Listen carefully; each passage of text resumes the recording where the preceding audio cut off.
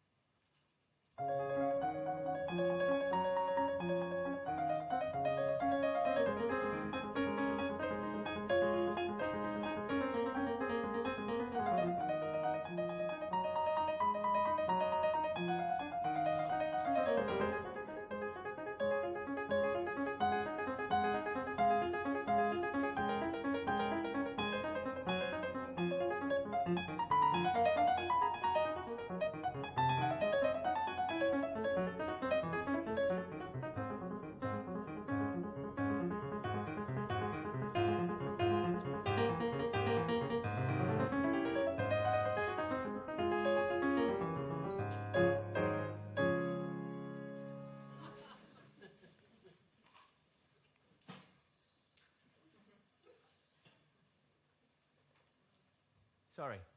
What? Were you praying? Yes. Sorry if I came in at the wrong moment. I was saying my prayers. I wasn't putting in my dentures. Thanks. I'm glad you did that after, not before. I feel the same way about what you're wearing.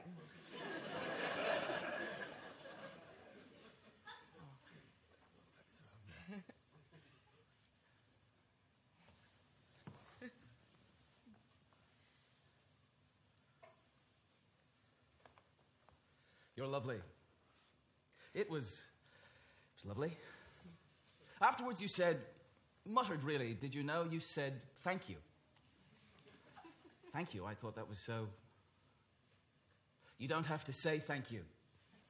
Actually, I wasn't talking to you. Oh. Sorry. So you, as it were, pray to God then? Yes. Do you pray every night? Yes, usually before I get into bed. Oh. Does it work? Yes. You find prayer works? Yes. What, every time? Yes, every time I say my prayers, I feel better. Oh, works. Right. Psychological. Wow, Spike. I never thought of that before. Missed it completely. Shit, that explains it. Hello. When I clap my hands, you'll wake up and find you're in bed with a student wearing a negligee. Lucky me. Better than when? Now, what do you pray for? Forgiveness. Forgiveness? Thought it was me who should be doing that. What you need to pray for is getting into the Kroll Institute. How does God feel about your model of nature-nurture convergence in egoistic and altruistic parent-offspring behavior? But does he think you're on the right lines? I'll tell you what, Spike, if I were up for a back and forth about God, I'd rather not have it with an arsehole. Where we were was you were supposed to be checking the maths for me. To tell you the truth, I feel a bit thrown now. I wasn't expecting to deal with a rival hypothesis. That's not what I'm saying. I'm not thrown by sharing an ancestor with a grunting chimpanzee. Evolution by natural selection, bring it on. It's only that millions of years later, the chimp is still grunting, and you're using words like hypothesis, so I'm wondering if there's something they missed out. It's nothing for you to be bothered by. If not me, who? I'm Darwin. I'm Mendel. I'm Crick and Watson. I stand for all the science that's taught. So we've scraped you clean of gibberish. We've taken you to bits and put you back together from the atoms upwards so you understand how you work and how everything around you works.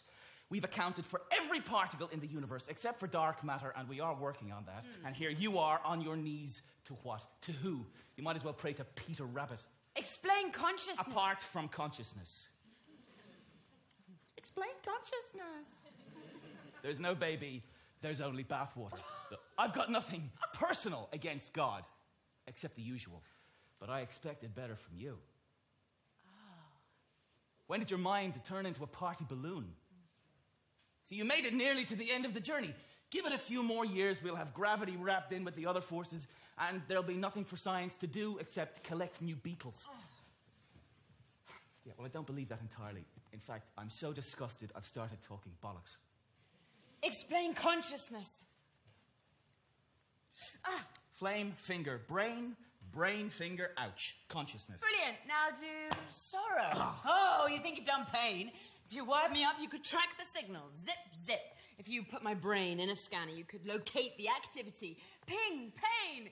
Now do sorrow. How do I feel sorrow? Do you feel sorrow? Yes. I'm making you sad. Not everything's about you, Spike. That's right. Scaredy cat. You can explain the mechanics. You should work in a garage. It's, your big end's gone, mate. Does that hurt when I do this? And answer came there none, because it's a bloody car.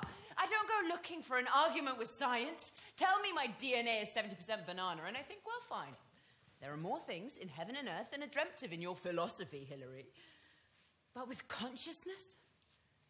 With the mind-body problem, the God idea shoves itself to the front like a doctor at the scene of an accident, because when you come right down to it, the body is made of things, and things don't have thoughts.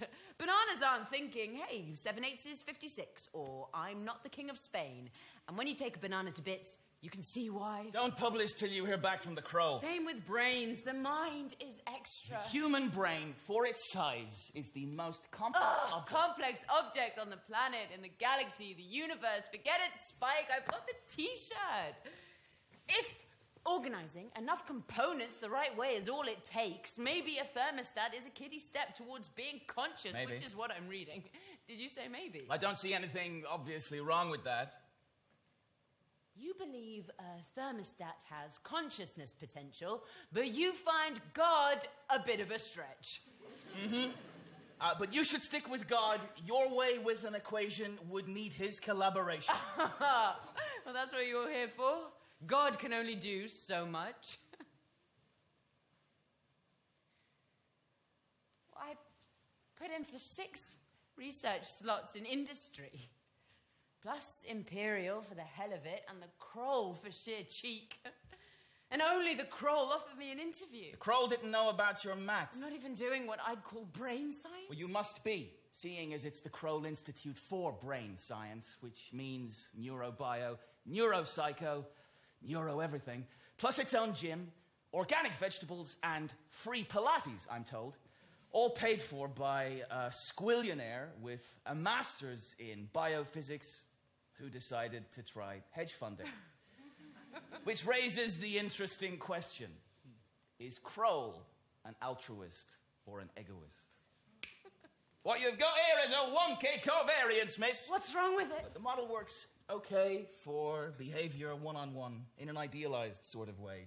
Think Raphael's Madonna and Child, which I personally call woman-maximizing gene survival. But it won't generalize because you haven't allowed for future offspring. And if they have different offspring, you need to differentiate. Can you fix it by Wednesday? Do my best, miss, but I'll have to strip her right down to get at it. And that's just the customer. Can you? Also, it's not good science to call mother love a virtue, or even mother love. You don't think mother love is a virtue? You don't call it a virtue because at root, its virtue consists in its utility. Utility. Mother love. Genetically selected behavior to maximize... Spike, do you know anyone who believes that? Really and truly? I don't know anyone who doesn't believe it. Parental behavior, hardwired when we were roaming the savannah in small groups of hunter-gatherers. Mother and baby are in a cost-benefit competition. Have you ever seen a newborn infant screaming to be fed? The anger, the noise, the face. The kid is laying it on, and it probably started in the womb. Oh, probably. The kid doesn't know up from down, but it knows how to maximize the survival of its genes. And Mummy's genes are working out the odds of their survival in the baby against her chances of having more kids. It's a cost-benefit competition. And the genes, unlike some of us, can do the maths. Is that right? Well... Just shut up. It's not personal. Obviously, genes have no intentions. It's as if it's a metaphor. A metaphor for what? A reflex? A survival reflex. Genes don't have a survival problem, Spike. They're genes. They're little tiny things like, I don't know, molecules. Metaphorically, genes want to hop the next train before the train they're on conks out, as if they know life has a value which extinction doesn't have, but the science has no underneath. It's tortoises all the way down. I agree with you, Spike. Virtue is not science. You can't get an ought out of an is. Morality is not science. So there must be something else, which isn't science, which science isn't. What is it? Wait.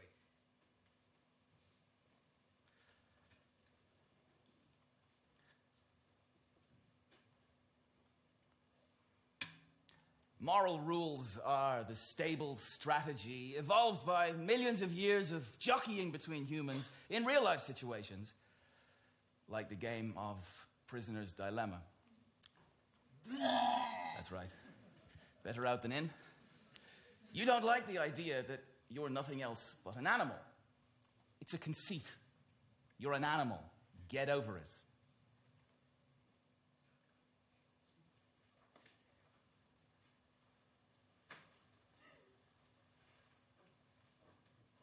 Hilly? What?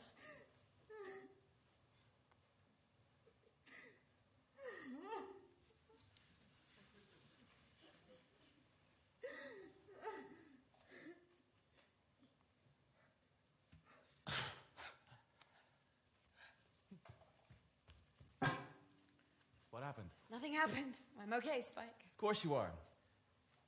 It'll be fine. Oh, that?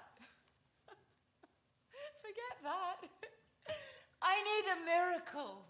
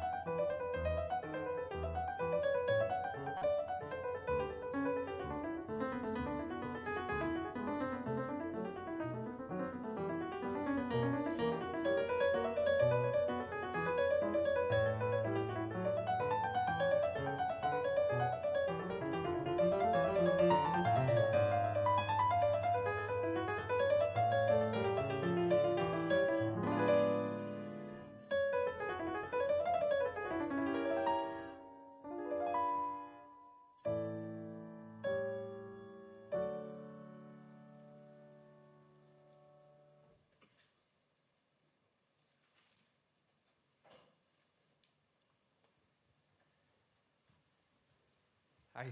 Hi.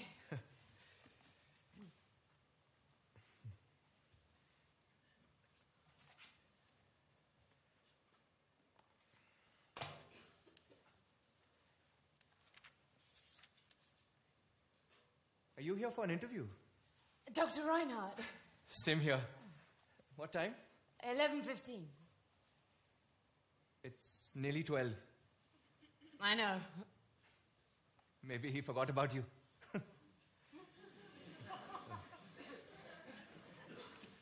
Is your doctorate in psychology? If necessary.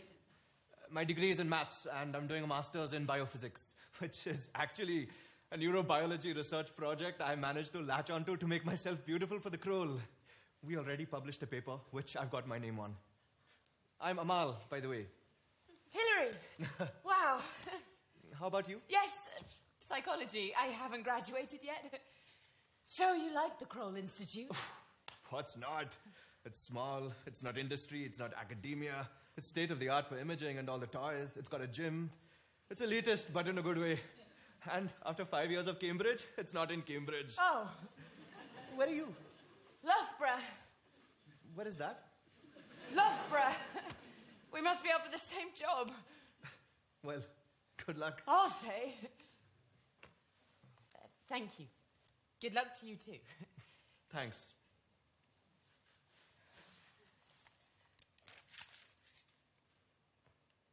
Psychology is a sideshow at the Kroll. You need a hard science crossover to improve your chances. A lot of what they publish is on mice and macaques. Parrots. Monkeys. Oh, right. Monkeys are great. You scan the hell out of them, open their little heads, try this, try that, see what happens, and they don't sue. Yeah, that wouldn't work with behavioral psychology. I've submitted to do an experiment tracking unconscious readiness potential, move by move, in 2 subjects playing a repeated prisoner's dilemma. I'm going to love you. Oh, it's just to get me through the door. The dilemma is cleaned out. It was oversold in the first place with the one-shot game. That's just what I said. I wonder what's happened with our... Perhaps this is it. Candid camera. Do you think so? Apologies, I'm Leo Reinhardt. Which of you is my 11:15? I am, sir. Hilary Matthews. Then you must be my 12 o'clock. Amal Admiti. I have to ask you a favour, Hilary. I can save a few minutes if I take Amal first. So, Amal, come with me and tell me why you believe a machine can think. Or why you believe it can't. Whichever you prefer. Can a machine think?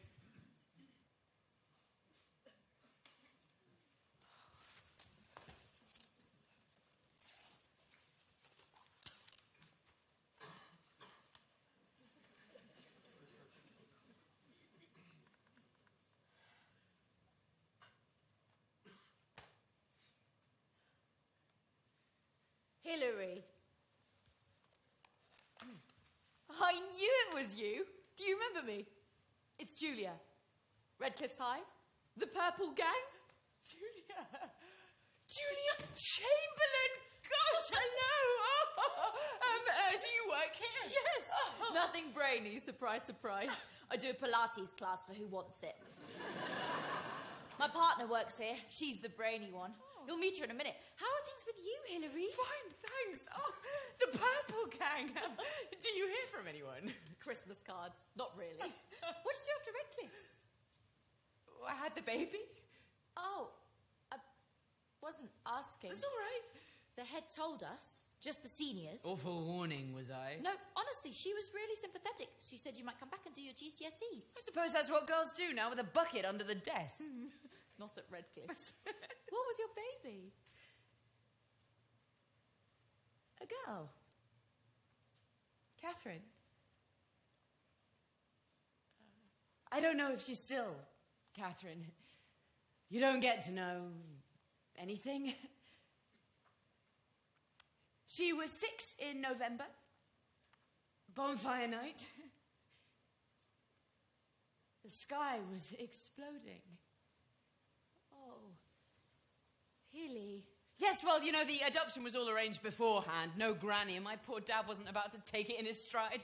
It's quite relieved, actually. I wasn't into babies. It's different when it came to it. But I don't know, everything just went ahead. It seemed like the best thing. What about your boyfriend? Was it? I didn't have a boyfriend. It was stupider than that. I never saw him again and didn't much want to. It was really stupid.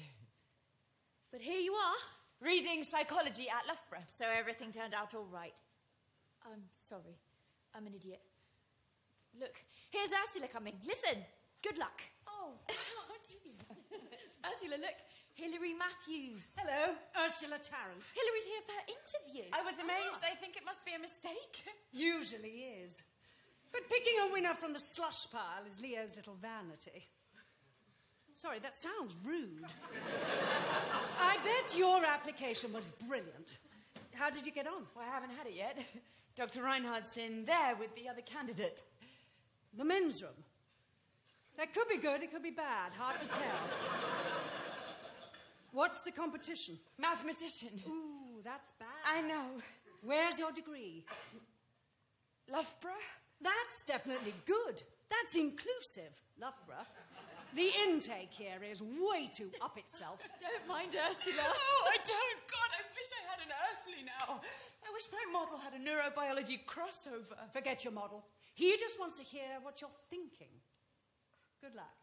Come to the gym after if you can.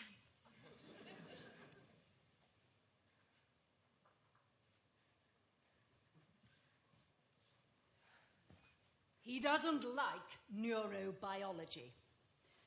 Obviously, he likes it, but it's not what he likes. Do you see? No. The crow mostly does brains, matter. But Leo likes minds as the way to go. What he likes, what he really, really likes, is the hard problem. Which hard problem? We do brain science. There is only one hard problem. Well, you appear to be talking about a brain rather than a machine. Sure, but the brain is a machine. A biological machine. Leo? And it thinks. It happens to be made of living cells, but it would make no difference if the machine was made of electronic gates and circuits or paper clips and rubber bands for that matter. It just has to be able to compute. Computers compute, brains think. Is the machine thinking? If it's playing chess, and you can't tell from the moves if the computer is playing white or black, it's thinking. Now, what it's doing is a lot of binary operations following the rules of its programming. So is a brain. But can a computer do what a brain can do? Are you kidding? A brain doesn't come close. Do you want to jump in? Not much. Really? Why? It's not deep. If that's thinking, an adding machine on speed, a two-way switch with a memory, why wouldn't it play chess?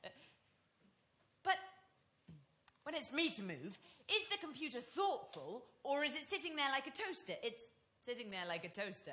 So, what would be your idea of deep? A computer that minds losing. If I made a computer simulating a human brain, neuron by neuron, it would mind losing. Do you agree? No. What, a Miles machine wouldn't be conscious? No, but how would you tell? You can't tell by watching the wheels go round, just like with a brain. I couldn't tell what you're thinking by watching what your brain is doing, or even that you're thinking. I'll tell you what I'm thinking. There is overwhelming evidence that the brain causes consciousness. There's overwhelming evidence that brain activity correlates with consciousness, registers consciousness. Nobody's got anywhere trying to show how the brain is conscious. This is mysticism. So how would consciousness come about? Well, I have no idea. Nor does anyone else. I thought that's why we're here, to crack the hard problem. It is. It is why we're here. Thank you. Apologies again. Jerry, as you see, I have a pressing engagement. There is an excellent eatery, lavishly subsidized. After lunch, you can hang around in the department and see what's going on. Excuse me. Was that my interview? In the toilet? Yes, good luck with your career. Good luck with yours. I'm sorry, but if you separate what you can't understand from anatomy, you are going backwards to Plato.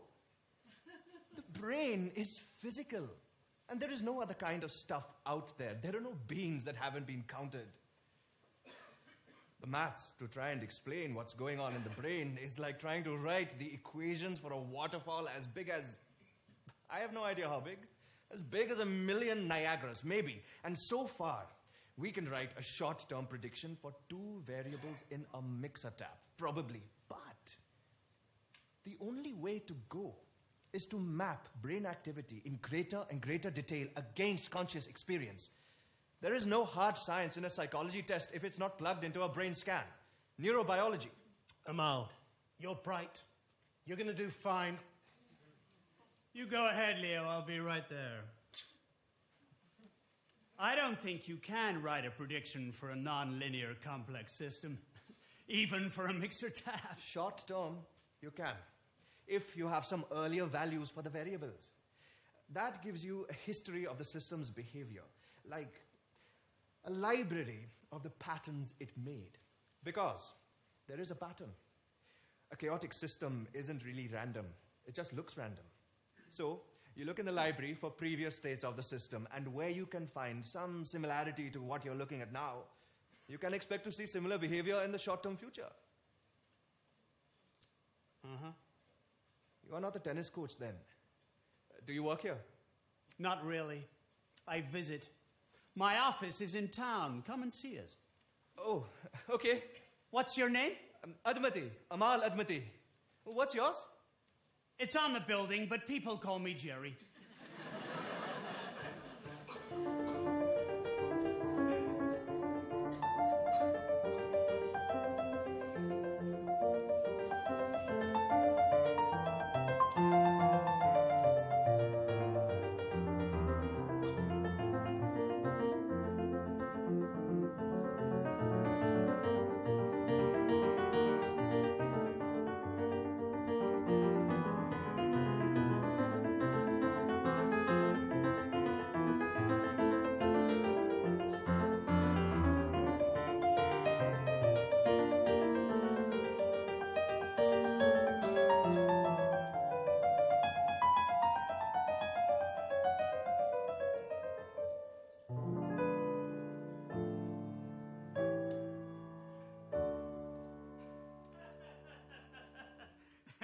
Hey, what a coincidence.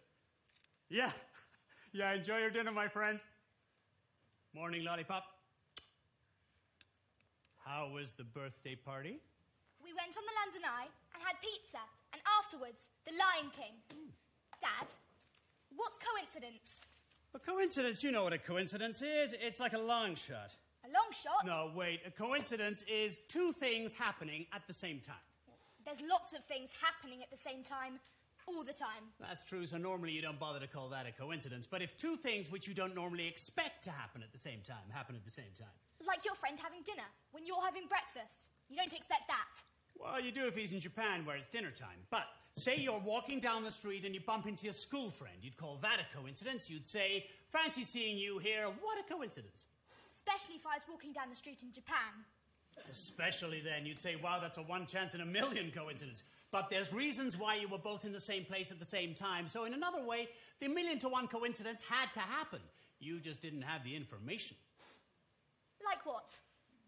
Well, suppose your school friend was Japanese, and suppose you were both crazy about dinosaurs, then maybe instead of 1,000,000 times, you'd only have to go to Japan 100 times before you bumped into her at the dinosaur park in Tokyo. Though I wouldn't bet on it, personally. I would. I could win £100. Or lose your pound.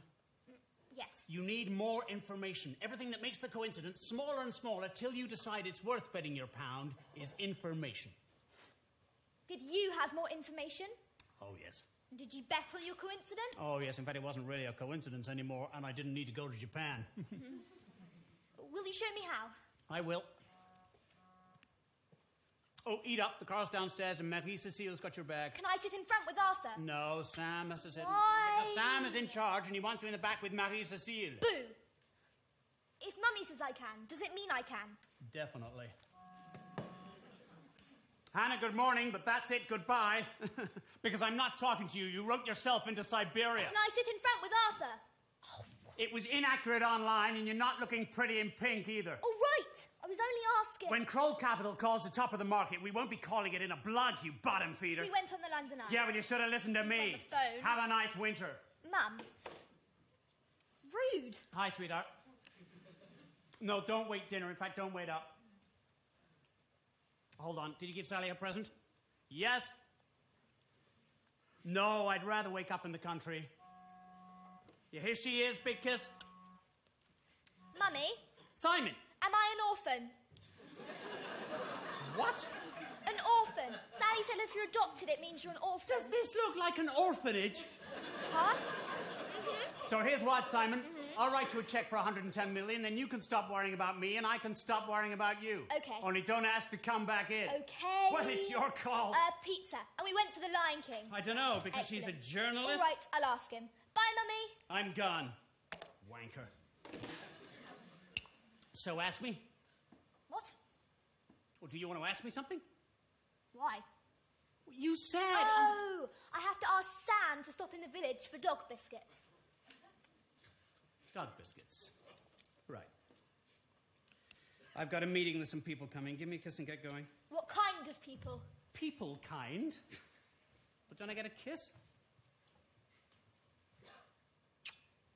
Will you show me where you work? I will. When? When you find it interesting. Oh. But I'll take you to a place I know where there's lots of interesting things. Machines, monkeys. When? Soon, Kathy. Okay. Bye, Daddy. Sayonara. Yep. No, the dining room, and let me know when my visitors are in the lift.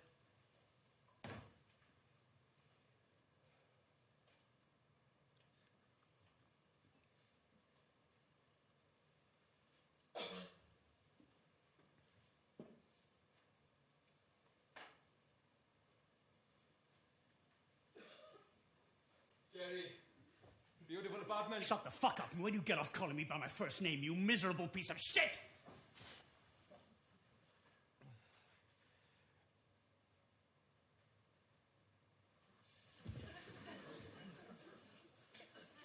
Oh, Christ.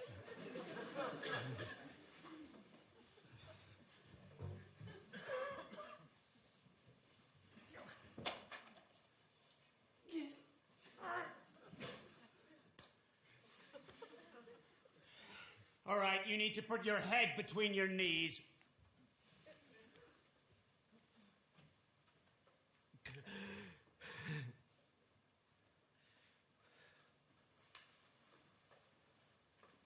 Now sit down. I want to ask you something. What do you pay for that watch? £7,000, sir. Exactly how much? £7,140. What do you pay for a haircut? 150, including a tip. And this is what, 5 years since you came in here with your ass falling out of your trousers and found money pouring through the door? Do you know what brings that money through the door? Confidence, belief. Can I say something, No, you please? can't. You're not here to say anything. You're here to read this and sign it. It says you agree not to look for or accept a job outside the firm for 2 years with no salary increase, no bonus, and meanwhile, you sit in your corner and share your limp dick, short-the-market wisdom with nobody except your supervisor. With a sign round your neck saying asshole, but that's not in the letter.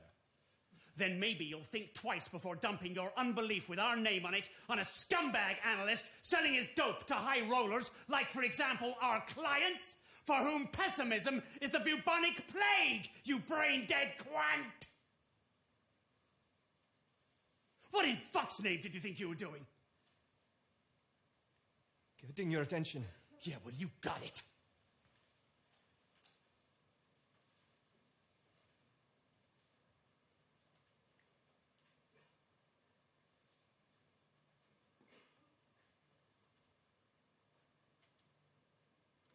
Can you stand up?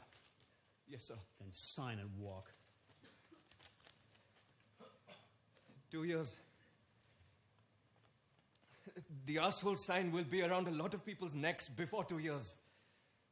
The market is acting stupid, and the models are out of whack because we don't know how to build a stupid computer. The market is a belief system with a short memory, and it's leveraged on highly correlated billion-dollar bets and trillions on side bets, which are going to go wrong together. I mean to zero.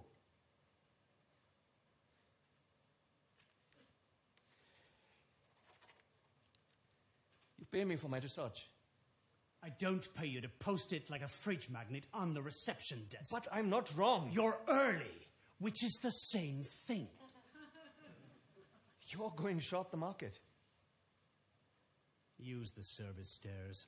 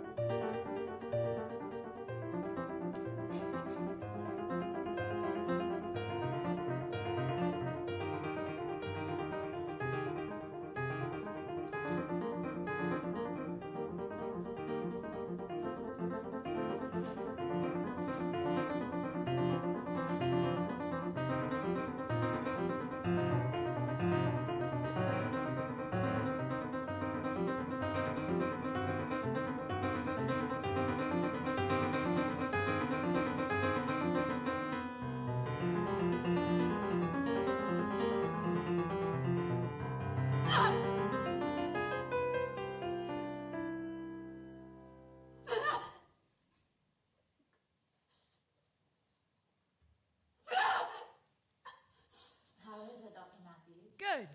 Elaine, the shocks are coming at regular 5-second intervals. Keep an eye on the red light. Keep the reactions fairly even. It's your distress which increases, not over-dramatic.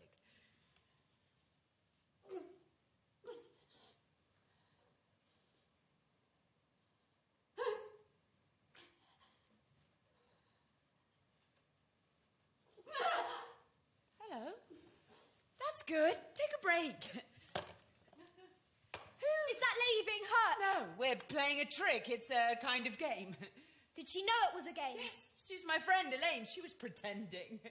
Why? It's all right. It's what we do here sometimes. It's difficult to explain.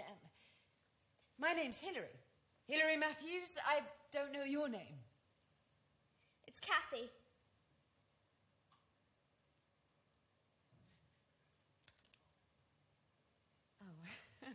Your dad's looking for you. Jerry's here.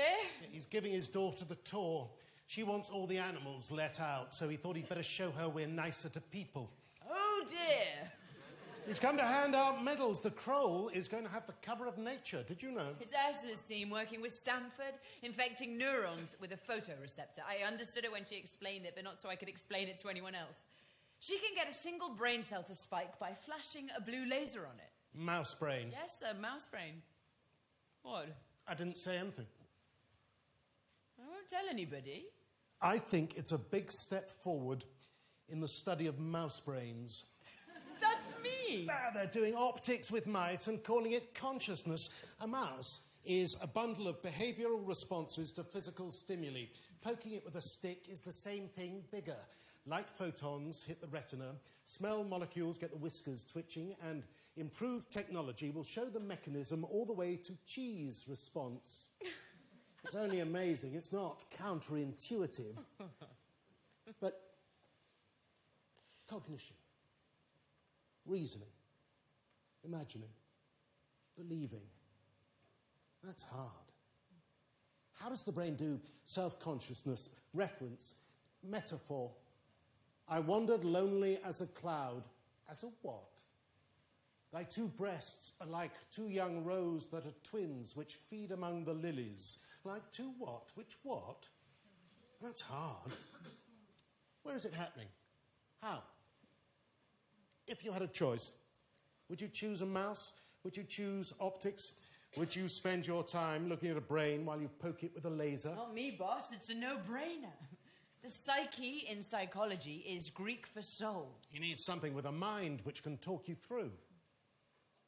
Still, the cover of Nature is pretty sexy. Do you have anything that sexy? It would do wonders for the department's fitness in the struggle for survival at the Kroll. Seriously? Seriously, the ground is moving under us. Well, what would be that sexy? A predictive theory of human behaviour, for instance. If there were a Nobel Prize for psychology, that'd do it. Why are predictions wrong half the time? Being wrong about human behaviour half the time is our guiding star, Leo. It's what's telling us the study of the mind is not a science. We're dealing in mind stuff that doesn't show up in a scan. Accountability, duty, free will, language, all the stuff that makes behaviour unpredictable. You're not listening. It's the Jerry Institute for Brain Science, and I'd like to have something that gets his attention before there's a genetic algorithm that will do our job in a computer. It won't. I bet they're working on it. It won't compute. At Loughborough, we did a child custody test. You describe two parents. Parent A is across-the-board average. Health, wealth, social life, everything. Parent B is positives and negatives. Richer, but travels a lot. Great rapport, but minor health problems, etc. When you ask which parent should be awarded custody, you get a fat majority for parent B. When you ask which parent should be denied custody, you get a fat majority for parent B. It doesn't compute. We did it over and over and it didn't compute. You never brought that up at your interview. Leo, do you remember my interview? What do you think of Bo? Who? Oh, Bo, I haven't had time He's underqualified in psychology and overqualified in maths, but have a good feeling about her. And here you are. Come by later. Something you might like. Oh, yes? What? I'll see you later, Tubo. I've got the questionnaires, Dr. Matthews. Hillary is fine. All done. Yes, the guinea pigs are doing coffee break. Test subjects. The guinea pigs get lettuce. Sorry. I brought you one. Is Elaine a research assistant? No. That would work if we used real electricity. She's an actor. We're doing a variation of a well-known experiment. The test subjects don't know they're the subject of the experiment. They think Elaine is. I'll fill you in as we go. How did you get on with Leo? Dr. Reinhardt, he seemed very nice. I really enjoyed the interview. Well, so you know what this day is about? Well, to see if I'm smart, I guess. No, that's a given. It's to see if you'll be happy here. For you to see, for us to see. Thank you. Oh. No, we don't look at them. The questionnaires have to be convincing, but they're a charade for the benefit of the test subjects.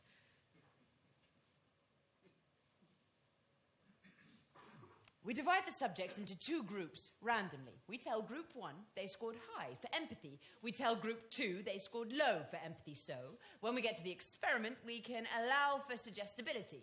But we're not testing for empathy. What then? Motivation. Egoist motives and altruistic motives. Selfish and unselfish. There's a common sense view that we're selfish by nature and unselfish when we override our nature, basically by culture. What do you think? I think it's good to be good. I don't see that it matters what makes us good. It might matter if people who are out for themselves think they're justified by biology. Yes. We're trying to understand other minds, and we don't really understand our own. Why did you bring me this coffee? Perhaps you thought I looked as if I needed some coffee? So that would be an altruistic motive. Or perhaps your ultimate motivation was that you wanted to make some sort of good impression, which would be an egoist motive for bringing me a cup of coffee. I could ask you, but how do I know the answer's honest? And if it's honest, how do I know it's reliable? What do you do with these? Shred them. Confidentiality issues. The data we collect from an experiment is kept anonymous. It's a lot of detail here. Personal detail, not to be using it. The reason we don't look is, once you look, you find the special cases who will skew your precious results. Outliers. But the point is, the subjects are a random sample. If you're tempted to weed out the outliers, you're rigging the experiment, and that's a sin. If there's a hidden bias in the design of the experiment, the results are not information, they're misinformation. And understanding the human mind is difficult without that. It's like trying to catch a sunbeam in your cupped hands. You're testing for motivation, one-on-one with Elaine, and you're what, adjusting for empathy? Yes. What? It just seems kind of approximate. Really? Empathy-wise, you've made two groups of clones. Well, how else? You can match every subject with their own Elaines, with very high or medium-high empathy or low, whatever. We haven't got a lot of Elaines. No, you describe Elaine, each time different, to fit their questionnaire. There's this one here who's a middle child, so Elaine can be a middle child.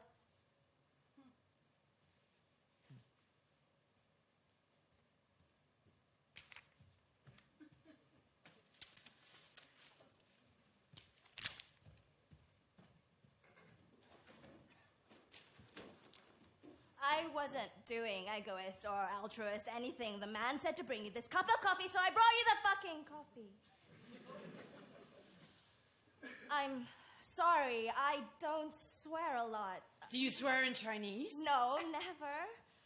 My grandmother would have killed me. Where did you graduate, Bo? Shanghai and Caltech. Shanghai and Caltech. Then my master's at Cambridge. You... Really? Then I got a job offer at Kroll Capital Management. I was a quant for a year at Kroll, but, well, the money was good, I'll say that, but it wasn't good money, you know? Good money? Gaming the market to make more money for people with money. This is Jerry's money, so that's good, isn't it? He did something good with it, but I'd like to do something good with math without turning math into money first. A friend at KCM said I should try for a psychology doctorate here. A quant, Amal. He knows you. Who? Oh, yes. Amal, yes, he would do that. Do you see Amal? Yes. He's who I'm seeing. Coincidence? Did he tell you about us? Really? No, we were both up for this slot. Oh, and you got it. Yes. It was a miracle.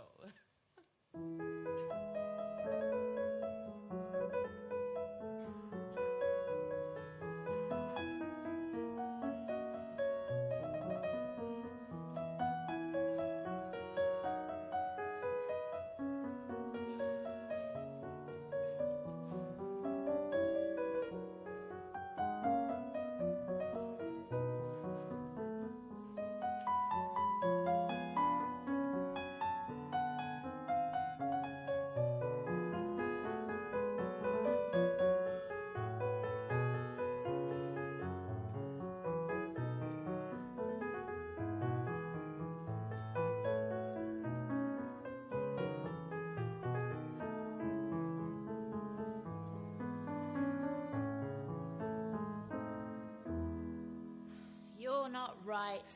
Sorry. Leave your work in the office. Yes.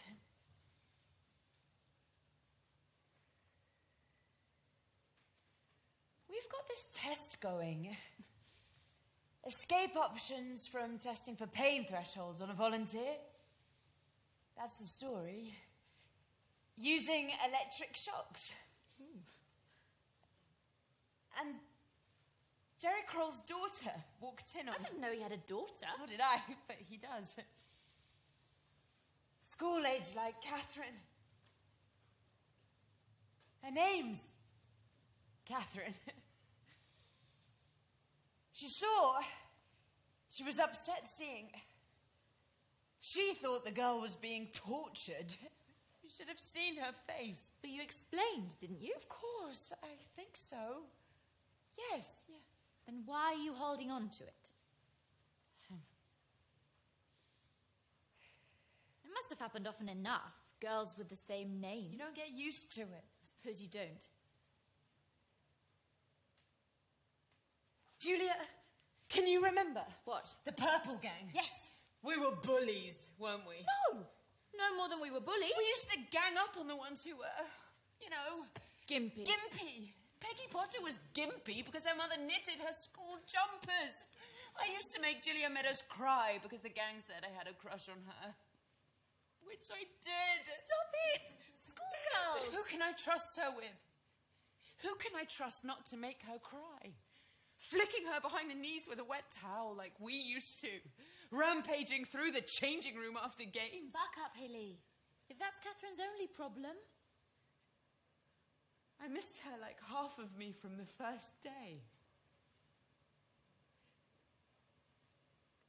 And the worst thing was there was literally nothing I could give her. Do for her. She'd just gone. And then I thought up something I could do.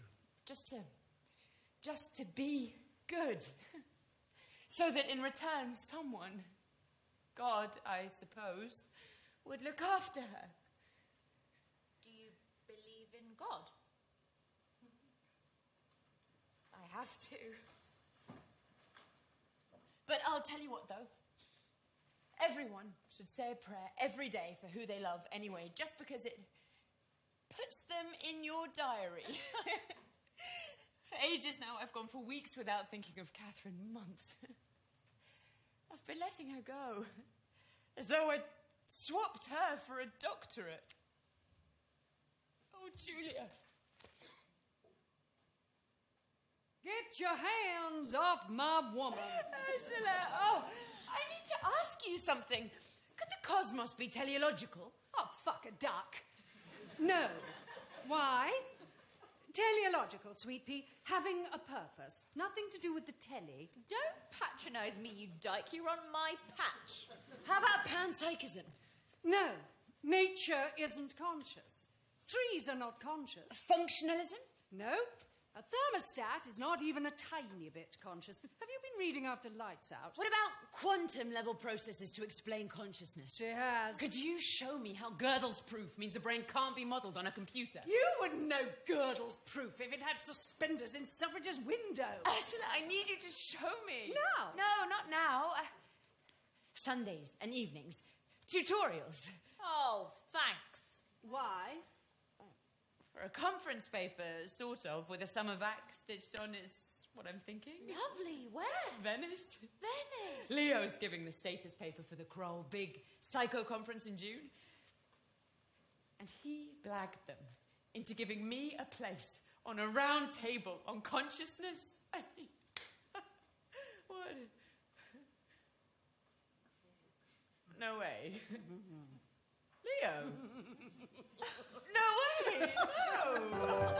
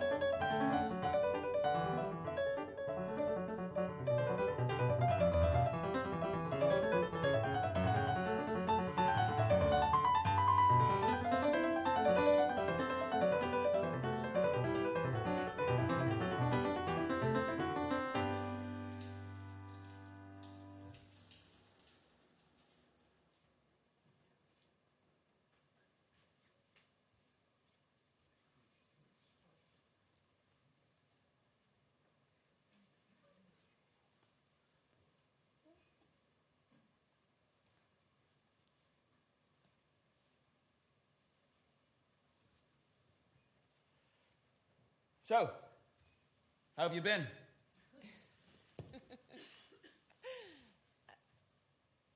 Have you got a date? Did have. Drinks party for UCL's new Nobel, but it's in the hotel. I'll catch what's left of it. I can come back if you like. I'll be asleep. In case I don't see you, good luck with the physiology of what? I can't be there. I'll be at Leo Reinhardt's session. The physiology of high stakes. We took saliva samples at the World Poker Championship. The cortisol levels went crazy. Is that good? I don't mean good. I haven't heard from you for years. I haven't heard from you at all. Really? That's bad. Is the sex better at UCL or Loughborough? UCL. Or it's to do with being a prof. Won't I see you on the boat? The Kroll party. It's on Jerry Kroll's boat, an eyesore, frankly, but I had an invitation under my door. No, I'm taking off after my round table. Florence, Pisa, Siena on the cheap. Do you want to come? Don't you have anyone to go with? You're anyone. Lily. Did you read my, Yeah. Let me make 3 points about your round table preprint. Don't circulate it. If you circulate it, don't put your name on it. If you put your name on it, don't put the Kroll's name on it. 4 points. If you circulate it with your name and the Kroll's name on it, don't call it, "Is God the Last Man Standing?" Why? Because it will make you unemployable. You'd have to do philosophy. I haven't written anything which isn't in plain sight. Materialism is in trouble, and we're all materialists now. Everything is matter. There is no science which says beauty is truth or truth beauty. But the gondolas are heaving with name-tagged materialists having their minds blown by Venice. What is to be done with the sublime if you're proud to be a materialist? To save the appearance of value, no theory is too unlikely, no idea too far out to float, so long as it sounds like science. Elementary particles with teeny-weeny consciousness, or a cosmos with attitude, or the life of the mind as the software of a biological computer. These are desperate measures, Spike. What does materialism remind you of? It's a faith. But it's pathetic to rely on a supreme being to underwrite what you call your values. Why are you afraid of making your own? You don't claim to make your own. What's the difference between a supreme being and being programmed by your biology? Freedom. I can override the programming. Who can? Who's the you outside your brain? Where? I wish I'd pulled that primatologist with the thigh boots who was hitting on me at registration. Why don't you leave me alone?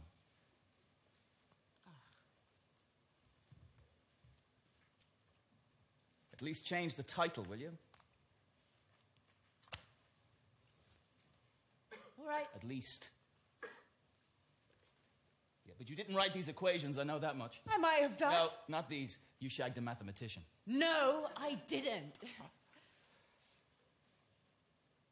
But there's a girl in the department who's phenomenal. She was a quant at KCM before. Kroll's hedge fund. That's a come down. She doesn't think so.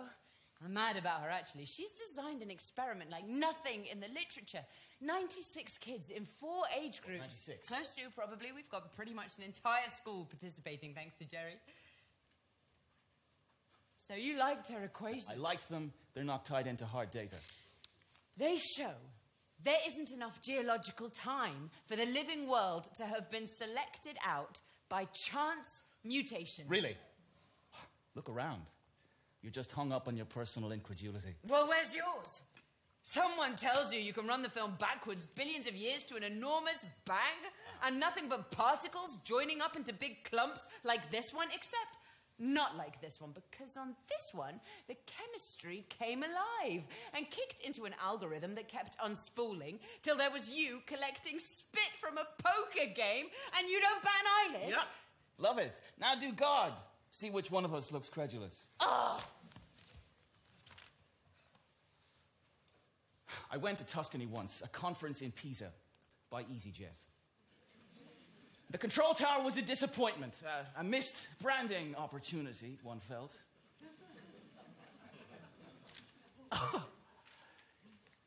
Look, you wouldn't want someone hanging onto your skirts who thinks when you've seen one town in Tuscany, you've seen them all. Look, I wouldn't know what to do with myself if there's no conference. I get antsy if there isn't a new journal to look at every day. I thought you were going to the party. Do you mind if I change my mind? Why? Oh, you're not going to spoil your record by worrying about me, are you? Anyway, don't you want to meet the Nobel laureate? I met him. He's a force of nature type who's realized he can act modest now. It's quite irritating. Mm-hmm. Right.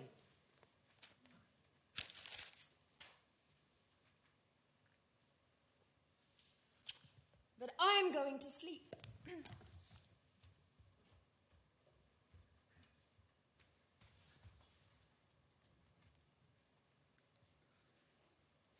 Still saying our prayers, are we? Still God, is it? Whoever's asked for it.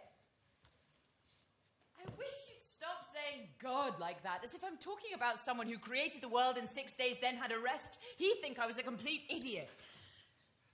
But there are things we believe are right or wrong, like, say, cruelty. And if this belief is a brain state, that's fine by me, but the brain state is about something. It's about cruelty, which is right or wrong, whether we're thinking about it or not. But you don't need God for that. But you need something for it to be true, some kind of overall moral intelligence. Otherwise, we're just marking our own homework. That's what I pray to for Catherine, because somewhere between 8 men and the beginning of religion, we became aware of an enormous fact we didn't understand. We did. Its name was Death. Who's Catherine? Oh. Sorry. She's my daughter. You haven't got a daughter, have you? Yes. Don't worry, she'll be 13 in November. 15, sir. 15. What? I was 15. God. Ellie, where is she?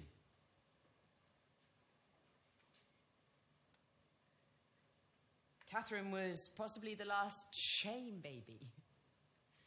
Nowadays, the babies are mostly taken away from mothers who neglect them or can't cope, but shame is pretty much extinct.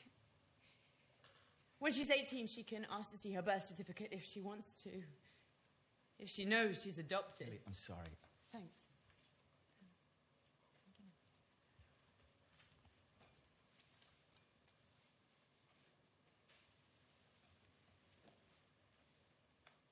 Could you do something for me, Spike? Anything. Promise? Should I get dressed or undressed? Will you, though? Yes. Okay, sure, what? You say a prayer? What? Pray for her, just for a moment? No. You mean like, pray to God, pray? No. Why? Just because if you, of all people, if even you... No, I mean, Hilly, it would be meaningless, wouldn't it? I don't know, that would be up to you. It wouldn't be up to me. It just is meaningless. If it's meaningless, what's your problem? I'd be betraying everything I believe in. And that's a problem, is it?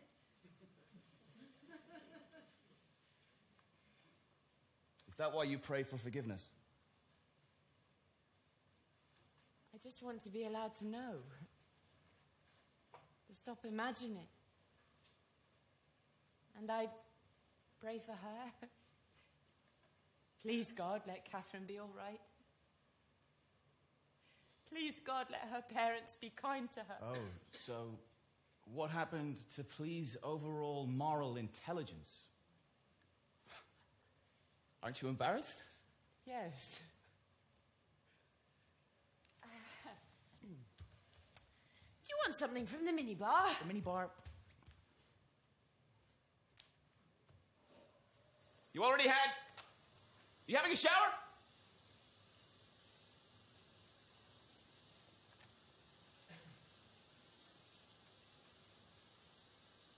You're crying in the shower, aren't you? I know you are.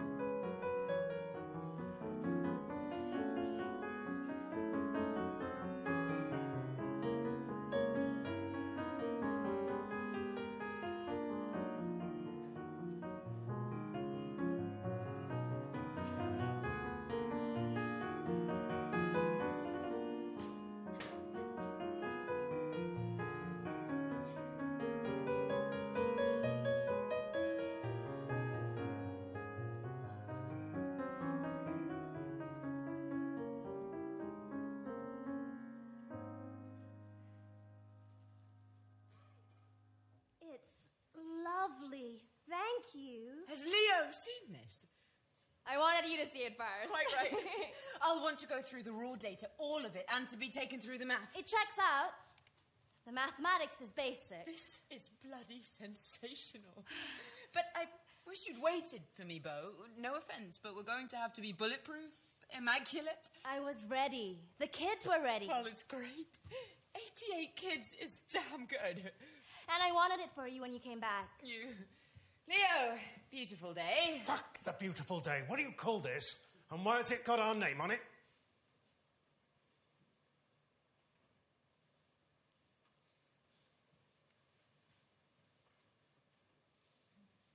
You mean my Venice discussion paper? Yes, I mean your Venice discussion paper, which is the subject of several emails from the comedians among my friends and colleagues. We do science here, Hilary. This is about science. The psychology of the scientific mindset. Psychology of bullshit. It's about God. It's about the hard problem. It says every theory proposed for the problem of consciousness has the same degree of demonstrability as divine intervention. So, psychologically, they're equivalent. No, what it says is that if you're an atheist, you're in denial. No, it says we may be in denial about mind-body dualism. Oh, well, that takes care of the hard problem. The reason it's hard, you pig's ass, is that mind-body is the problem.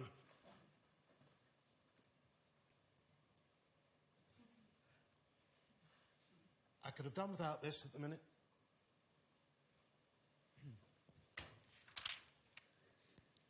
Welcome back, I think. Sorry about my language. Also, me in Venice. I apologise. I took it as a compliment, Leo. Has something happened? I think so. The Kroll is taking on another behavioural psychologist starting September. Well, that's good, isn't it? He's not coming to my department. He'll have an office in Biochem. Who's paying for him? Is he on our budget? No. That's not so good. I'm impressed you understand. If you hadn't outed yourself as a Cartesian dualist, you could have ended up as a head of department. But psychology as an enterprise is on its way out, is what they're telling us. We're on a countdown to the embedded brain answering all the questions about the disembodied mind. What's his angle, this? Hormone-related performance in human subjects. Hormone-related performance? Like what? Like working on the trading desk at Kroll Capital. Am I going too fast for you? No. Jerry is smitten. I can see. Where did all this... On his boat. His boat? Yeah, Jerry read this man's paper in Venice. The paper was nothing to do with the financial market. It was poker players. But Jerry got it in one. It was about risk-taking and risk aversion. So he invited Spencer to the Kroll party. Spencer? His name's Spencer something. It was a love match. Jerry in a yachting cap and Spencer. A trading desk is next up. I'm trying to follow the money. Where's the money? Well, stress releases a cocktail of hormones. By getting your traders to spit into a paper cup, you can predict who'll get risk-happy and lose his gains, or, contrariwise, who'll be paralysed by risk aversion in a roller coaster market where there's money to be made. Do we like this? We adore it. It monetizes the hormonal state of your trading desk. Gosh! So, it's behavioural, but I'll be damned if it's psychology. There are people here who wonder why we're in the building. Jerry isn't one of them, so far. But it's a long time since the department published anything that went viral. For Jerry, that's like trading at a loss. Do you want to see something sexy?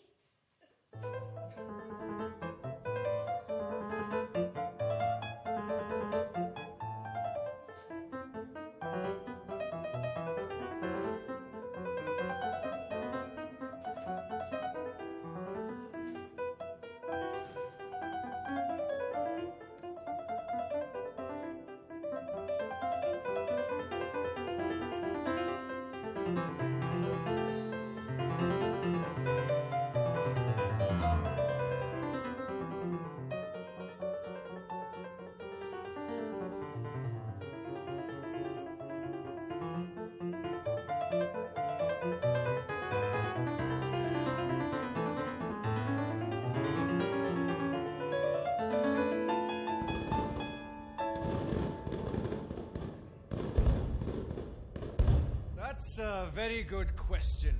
I don't think I've ever been asked this question before. In fact, you may be the first person who's ever asked it. Congratulations, Julia. So, yes, indeed. What exactly is a hedge fund? Sorry. Well, I don't know what a hedge fund does. Do you, Spike? Yes. Go on, then. No. I want to see if Amal knows. What? But I work in a hedge fund. I prefer to be the judge of that. But I really want to know. Well, let's say you have £10 million, which you'd like to put to work. You decide to invest it in Kroll Capital Management. First, Jerry Kroll takes 2% per year, £200,000 as his fee for taking your money to gamble with. Then he gambles with it and he keeps 20% of the winnings. If he loses, the losses are all yours. Do you work in a hedge fund? But why would anyone give them? Could you explain what you actually spend your day doing? Do I have to? I don't ask you about Pilates. No offense. None taken. It's me who does Pilates. You can ask me. With Pilates, it's very difficult to think of anything to ask. Suppose so. Dump him. What have you done to my flower? Like, honestly. He spends his day staring at... How many computer screens is it, Amal? Call it 7. 7. That would be stocks, bonds, commodities, currencies, pornography, Sky Sports, and emails. It doesn't explain why anyone would give him their money. Amal? Because Kroll Capital Management averaged 16% per annum return on capital. Averaged after expenses. That's a lot. Yes, I do know that. The ultimate motivation is that banking regulations don't apply to hedge funds. In fact, getting around the rules is the reason for hedge funds, like Basel rules for capital reserves. I could explain that, but I decline. First, it's Basel rules. And before you know where you are, it's arbitrage, leverage, securitization. I refuse. Amal doesn't mean to be rude. Something's burning. He's embarrassed. Well done. Everyone help yourself. Give me a glass, someone. Oh, that beautiful flower. Bo, thank you. And champagne. How much does this cost, Amal? That is so crass. 100 quid. Pay attention a minute. This evening is for Bo and the Journal of Cognitive Studies to Bo's first publication. Has everyone got a glass? Thank you. Mine is not the only name of the paper. Only the first. You all understand there would be no paper without Hillary. Not true. This is Bo's paper. It's her experiment and it's going to cause a stir. It doesn't look good if the authors are getting out from under. Let me. The toast is Ultimate Goods. Beating Sue and H.J. Matthews. Ultimate Goods. Ultimate good. Dan, eat. Did Leo Reinhardt ask to see the raw data? Do you really think he wouldn't? He called it a beautiful experiment. A work of art. Oh, shut up, Spencer. What sort of stir will it cause, Hilly? The sort where an experiment comes up with the wrong answer for a lot of people. Especially when it's the wrong answer to its own question. Spike is the skeptic at the feast, but Bo and I don't care.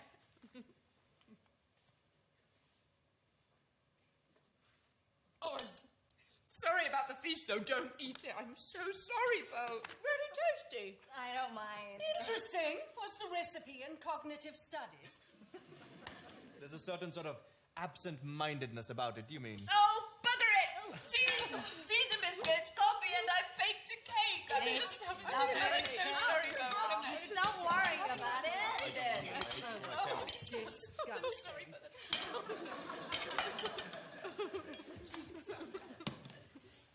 Ultimate Goods. Hillary makes altruism sound as if it had something to do with morality. She was always like that. Doesn't it mean being good? No. Well, that's probably because she is good. How do you work that out? I didn't work it out. Well, shut up then. Oh dear. Altruism just means increasing someone else's fitness at the expense of your own. Now you're making it sound like it's got something to do with Pilates. And you shut up too! So sorry. Tell her about vampire bats. I'll tell you the miracle of the brain worm. That'll cheer you up. To begin with, there's a parasite that lives inside a cow. The eggs come out with the cow pat. Problem. How does the parasite get back inside the cow to complete its life cycle? First, the eggs get eaten by a snail and develop inside the snail before being ejected in a mucus, which is eaten by ants. About 50 of these tiny creatures are now inside an ant. They bore a hole in the stomach wall, and one of the 50 works its way up to the brain of the ant. This is the brain worm. It changes the behavior of the ant, causing the ant to obsessively climb up to the tip of a blade of grass over and over again, thus increasing its chances of being eaten by a cow. But the brain worm's life is over. Now that's what I call altruism. Well, I don't. It's horrible. Stilton! Oh, no thanks. What are we talking about? About you, of course. Did you read it? It's a corker. 88 kids in a sort of creative writing class with alternate choice modules scored for egoist/altruist values, which shows, or is supposed to show, or could be said to show, when held up to a strong light, that 6-year-olds are nicer than 8-year-olds, who are nicer than 10-year-olds, who are nicer than 12-year-olds. It does show that. Which our authors conclude points to a strong indication that we start off nice and learn to be nasty instead of the received wisdom that we start off nasty and learn to be nice. Ergo, good or ultimate niceness has its root in nature, or rather human nature, or rather human nature from when it's separated from animal nature, which is actually a problem for people like me who can't see the join. Does H.J. Matthews think it happened in earthquake, wind, and fire? Oh, feel free, Spike. And by the way, figure 3, showing an orderly transition from niceness to nastiness, gives off, if you don't mind me saying so, a distinct whiff of week old fish. Excuse me! Spike, I'm going to get the coffee. What? Don't imagine for a moment you're staying the night. What? I didn't like the sound of that. I suppose the fuck is out of the question. Yeah? I don't think you should drink anymore. Sorry. Have I given offense? The last thing on my mind, sorry. Terribly sorry. I don't suppose. I think you should eat something. Is that your best offer?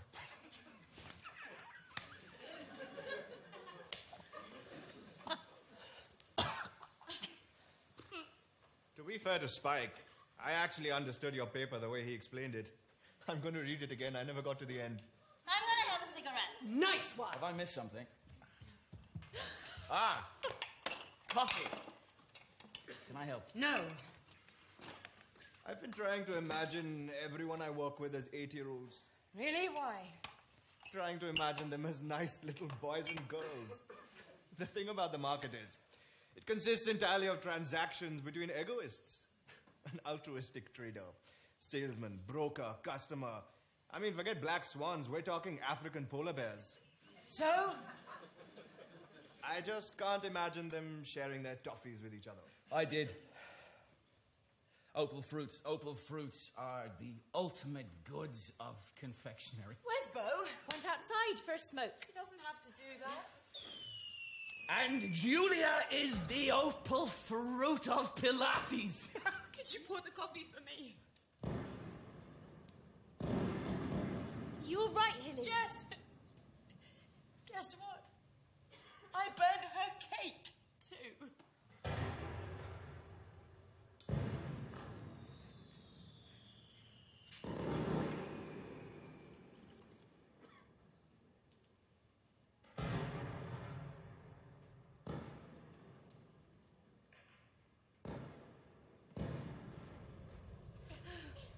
You'd never have guessed it's my first dinner party.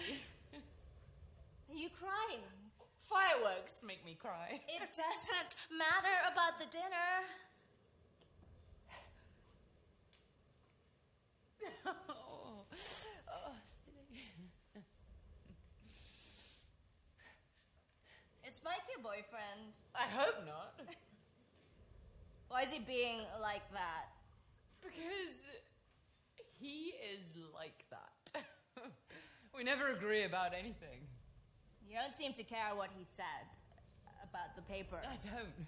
He said a lot more before you turned up. I'm used to Spike. What sort of lot more? The same sort. But I went through the data and the paper is solid. Don't lose confidence, Bo. I wish it wasn't published. I didn't do it for it to be in some journal where anyone can just... That's silly. Publication is how you get on. Sometimes it gets to be a bit of a roughhouse, but that's part of the game. I think I may have done something bad. Well, like what? There were 96 children to start with. Well, okay. But you went with 88, right? 88 participated. No, they all did. But, wait, they all 96 participated. And what, 8 kids couldn't stay the course, so you crunched the data for the rest, is that right? No, I did the math across all 96. And then what? Then I eliminated 8 kids and did the math again. Then what? Then I showed you when you got back from Italy. How did you choose the ones you eliminated? Was it random? Shit. You took out 2 from each group who was spoiling your result. They were freak results. They were outliers, Bo. That's what random does. That's why experiments tend not to come out with every hair in place. Why did you do it? How can you be so stupid? How can you? Bo! I wanted to give you what would please you.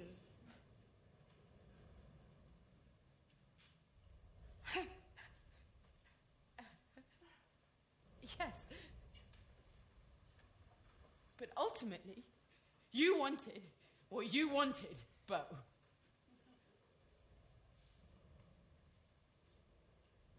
It's my fault. I missed it. I'm sorry.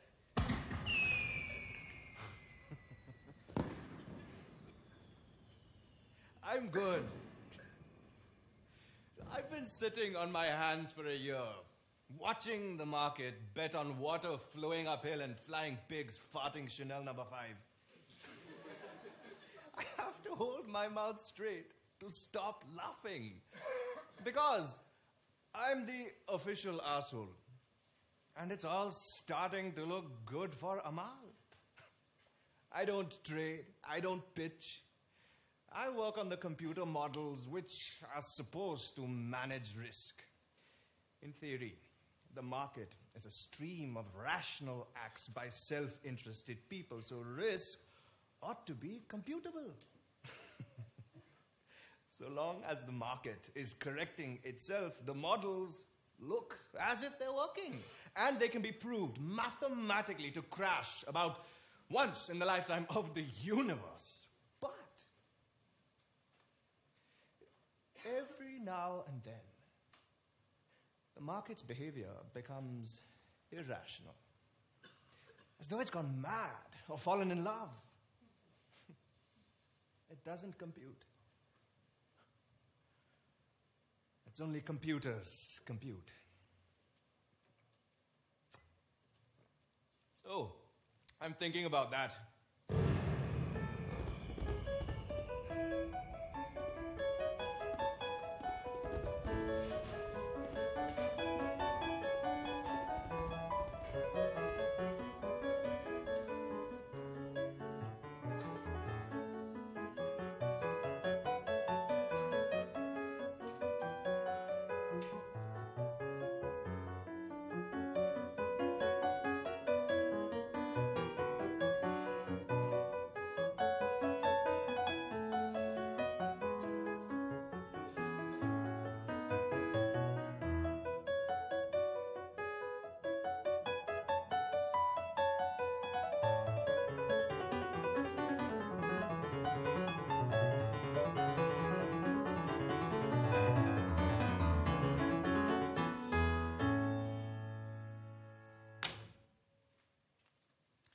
Did you think of keeping quiet? No. Did she? I'm very, very sorry, Leo. I'm sorry too. The data sheets for 96 test subjects took me a while to work it out. You can't get there by taking out 2 from each group. With group 1, the youngest kids, you have to eliminate the 3 at the high end for egoism.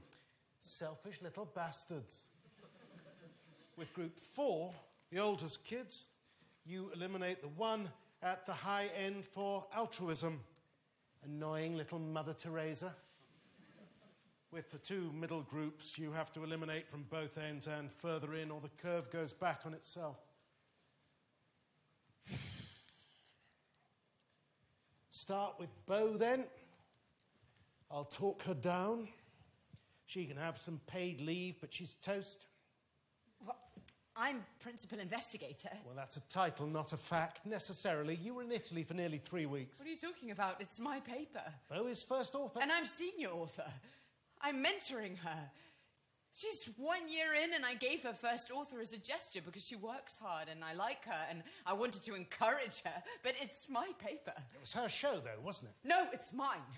She contributed. She did a decent job caretaking, but it was all ready to go. There isn't a line in the paper which didn't come across my desk. I wrote the paper. So which of you took out 8 I did. I cleared it after she... difference? What we're discussing here is Beau, and whether you're going to drag down with me a beginner who took a big pay cut to work here and had nothing in the paper I didn't sign off on. She was milking the family buffalo when she was 8, and she's the best mathematician in-house. Do you want to lose her? She can survive this. Why? Why are you wasting my time with this fan dance? Are you in love with her? She's in love with me. Well, finally something I understand. All right? All right, what? All right. Thank you. She gets a formal warning. Thank you. All right. Thank you, Stop Leo. saying that. It's you I don't want to lose. I'm going back to school. What does that mean? I want to do a degree course. Philosophy. Don't get ahead of yourself, Hilly. There's some wiggle room here. I'm retracting a paper from a major journal with the Kroll Institute's name on it. A correction, not a retraction. An addendum, not a correction. You're not seeing straight, Leo. I'm packing.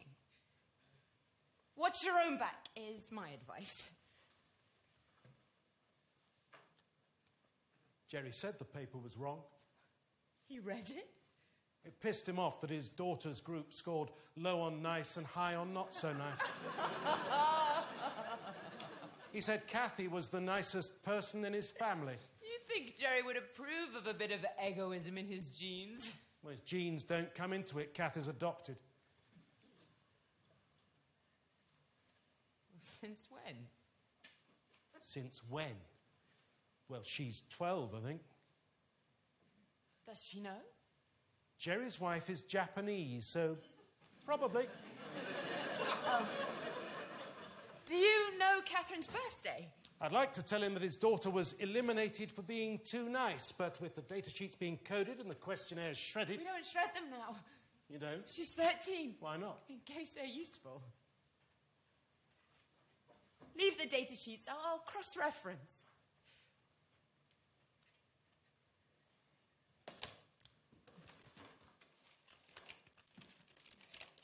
So I'll wait to call Jerry then. Listen, I'm going to have to write you a formal letter. Transparency. It's a damnable thing, and I'm sorry about it. I can't tell you how sorry. Thank you.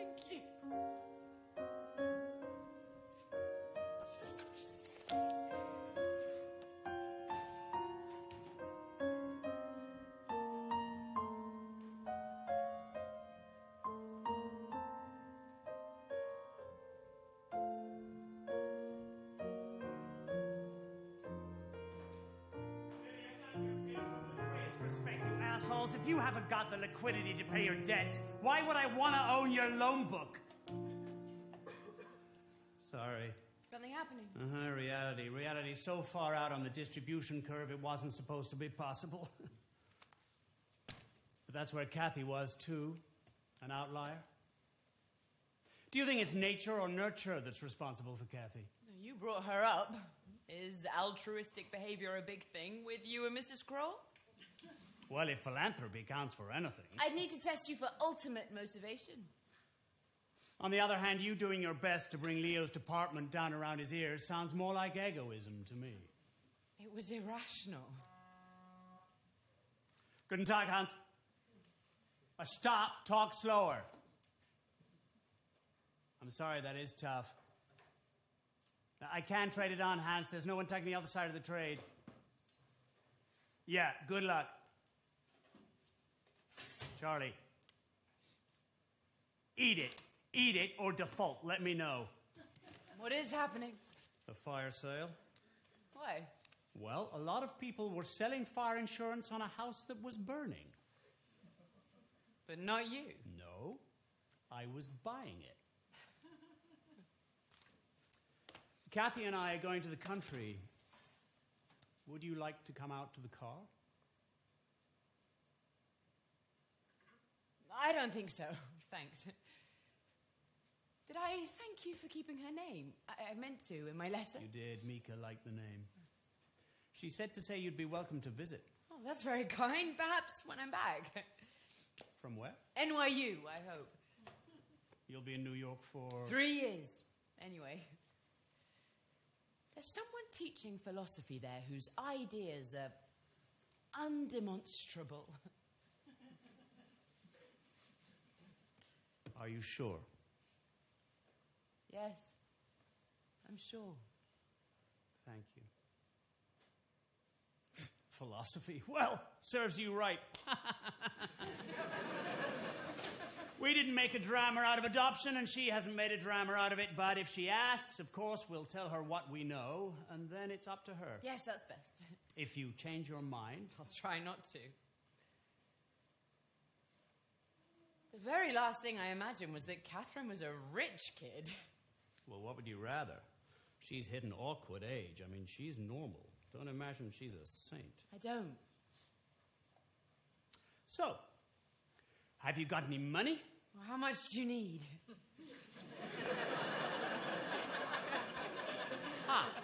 I'm fine. I'm so fine. I've been carrying my own weather all these years. It's like the first day of spring. You know it's a miracle, don't you? A miracle? No. A long shot. A coincidence. I don't believe in miracles. As a matter of fact, I don't believe in coincidence either. You didn't have the information. Dad, I'm so bored waiting. Perfect. This is Dr. Matthews. Yeah, I know. Hi. We're going. How are you, Kathy? I'm good. We're gone. Goodbye. Hey, David. Bye. Goodbye. Yeah, sorry to hear that. A one chance in a million event. A trillion, really? Well, if your model was telling you the market was going to do this once every 4 billion years, David, there's probably something wrong with your... Yeah.